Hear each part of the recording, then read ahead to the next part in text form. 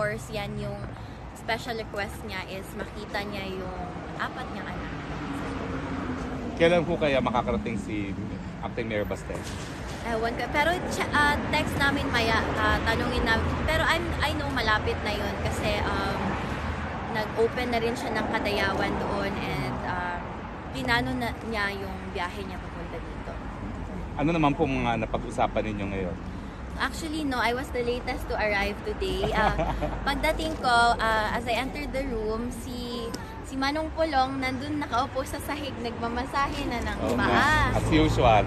Kasi crash course talaga siya ng masahe, di ba? So, sabi niya isog kayo ni, pero he has a big heart for his family. So, ayun, pagpasok ko, nagmamasahe sa papa namin si Manong Pulong, and then si VP naman, she was briefing him sa mga updates sa mga kailangan niyang malaman. So, we talked a bit about politics kasi syempre that's his interest. Sinabi ni VP about yung mga ghost projects. Flood control. Flood control. Anong sabi po ni Tatay Digong? Ayun, madami siyang tanong about it, but of course, may limits din sa pwede naming pag-usapan dun sa loob. And then, he shifted to family matters. Mga bilin niya sa amin magkakapatid. Of course, may instructions siya sa bawat isa, especially kay Manong as the eldest son. Pero sabi naman namin na, di bale, hintayin mo na lang si VM Sebastian kasi papunta na rin siya. And so, you can instruct us na sa mga bilin mo sa amin apat.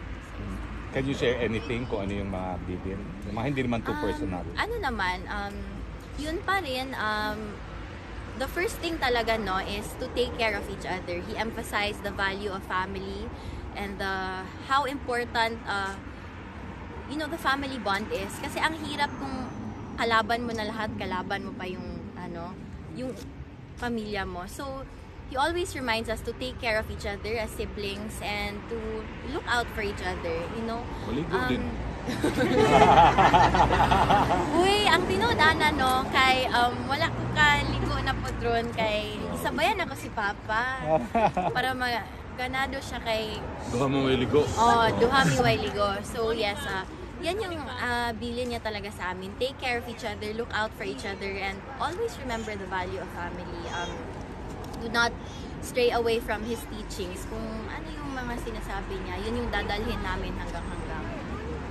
And do your thing daw. Do my thing.